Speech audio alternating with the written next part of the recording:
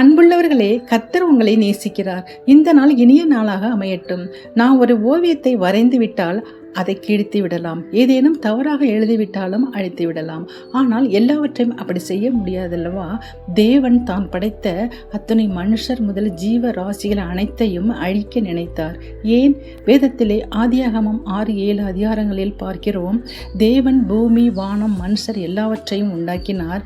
மனுஷர் பூமியின் மேல் பெருக துவங்கி அவர்களுக்கு குமார்த்திகள் பிறந்த போது தேவகுமாரர்கள் மனுஷகுமார்த்திகளை அதிக சௌந்தரியம் உள்ளவர்கள் என்று கண்டு அவர்களை திருமணம் முடித்தார்கள். அவர்களுக்கு பிறந்த பிள்ளைகள் பலவான்களானார்கள். மனுஷனுடைய அக்கிரமம் பூமியிலே பெருகின்றது என்றும் அவனுடைய இருதயத்தின் நினைவுகள் நித்தமும் பொல்லாததே என்றும் கர்த்தர் கண்டு தாம் பூமியிலே மனுஷனை உண்டாக்கியதற்காக மனஸ்தாபப்பட்டார். அதனால் மனிதர்கள் மட்டுமின்றி அவர் படைத்த அத்தனை ஜீவராசிகளையும் நிக்கிரகம் பண்ண முடிவெடுத்தார். நோவா தன் காலத்தில் இருந்தவர்களுக்குள்ளே நீதிமானும் உத்தமனுமாய் இருந்தான். தேவனோட சஞ்சரித்து கொண்டிருந்ததால் அவனுக்கு கர்த்தருடைய கண்களில் தயை கிடைத்தது. பூமி தேவனுக்கு முன்பாக சீர்கெட்டதாயும் கொடுமை நிறைந்ததாயும் இருந்தது. அப்போது நோவாவை பார்த்து, மாம்சமான யாவரின் முடிவும் எனக்கு முன்பாக வந்தது. அவர்களை பூமியோடும் கூட அழித்து போடுவேன். வானத்தின் கீழ் ஜீவ சுவாசமுள்ள சகலத்தையும் அழிக்கப் போகிறேன். நீ கொப்பேறு மரத்தால் உனக்கு ஒரு பேழையை உண்டாக்கு. நீயும் உன் குடும்பத்தாரும் எல்லா ஜீவன்களும் ஒவ்வொரு ஜோடு ஆணும் பெண்ணுமாக உயிரோடே காக்கப்பட உன்னிடத்தில் வரக்கடவது. உனக்கும் அவைகளுக்கும் ஆகாரமாக சகலவித போஜன பதார்த்தங்களையும் சேர்த்து உன்னிடத்தில் வைத்துக்கொள் என்றான். நோவா அப்படியே செய்தான். அனைவரும் பேழைக்குள் போகும்போது கர்த்தர் அவனை வைத்து கதவை அடைத்தார். நோவாவுக்கு அப்போது 600 வயது.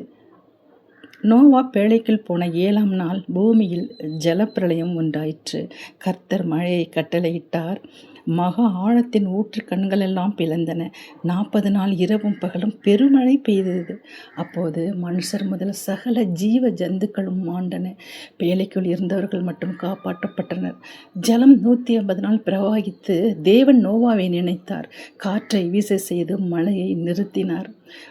10ஆம் மாதம் ஜலம் வடிந்தது. நோவா ஒரு 7 நாள் கழித்து புறாவை வெளியே விட்டான். அது இளைப்பாற இடமில்லாமல் திரும்பி வந்தது. பின்னும் 7 நாள் கழித்து புறாவை பேழையிலிருந்து வெளியே அனுப்பினான். அது திரும்பி ஒலிவ மரத்தின் இலையை கொத்தி வந்தது. பின் 7 நாள் கழித்து புறாவை வெளியே விட்டபோது அது திரும்பி வரவில்லை. அப்போது தேவன் நோவாவையும் மற்ற சகல ஜீவராசிகளையும் வெளியே வர சொன்னார். நோவா அப்பொழுது கர்த்தருக்கு பலி செலுத்தினான். சுத்தமான சகல மிருகங்களிலும் சுத்தமான சகல பறவைகளிலும் சிலவற்றை தெரிந்து கொண்டு பலிபீடம் கட்டி தகன பலி கொடுத்தான். சுகந்த வாசனையாக கர்த்தர் முகர்ந்தார். அப்போது கர்த்தர், இனி மனுஷ நிமித்தம் பூமியை சபிப்பதில்லை.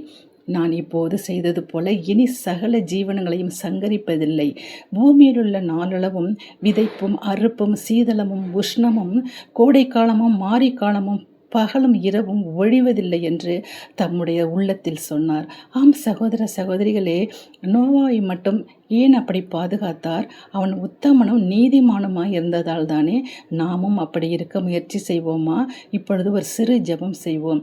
அன்பின் பிதாவே, ஜலப்பிரதயத்தில் நோவாவையும் அவன் குடும்பத்தையும் பெட்டியில் வைத்து பாதுகாத்தது போல எங்களையும் உங்கள் செட்டைக்குள் வைத்து மூடி மறைத்து கொள்ளும். வெளியே பெருவெள்ளம் போல சோதனைகள் வரும்போது நீரே எங்களுக்கு பாதுகாப்பாக இரும். உங்கள் வார்த்தைக்கு நாங்களும் கீழ்ப்படிந்து நடக்க நோவாவுக்கு கொடுத்த கிருபை எங்களுக்கு தாரும். துதிகன மகிமையெல்லாம் உமைக்கே செலுத்துகிறோம். ஆமென். நீங்களும் ஆமென் சொல்லுங்க. இந்த வீடியோவை பார்க்கிற ஒவ்வொருவரையும் கர்த்தர் ஆசீர்வதிப்பாராக. இந்த வீடியோ பிடித்திருந்தால் யாருக்காவது ஒருவருக்கு ஷேர் செய்யுங்கள். அவர்களுக்கும் ஆசீர்வாதம் கிடைக்கட்டும். கர்த்தர் உங்களை காத்து நடத்துவாராக. வாழ்த்துக்கள். ஆமென்.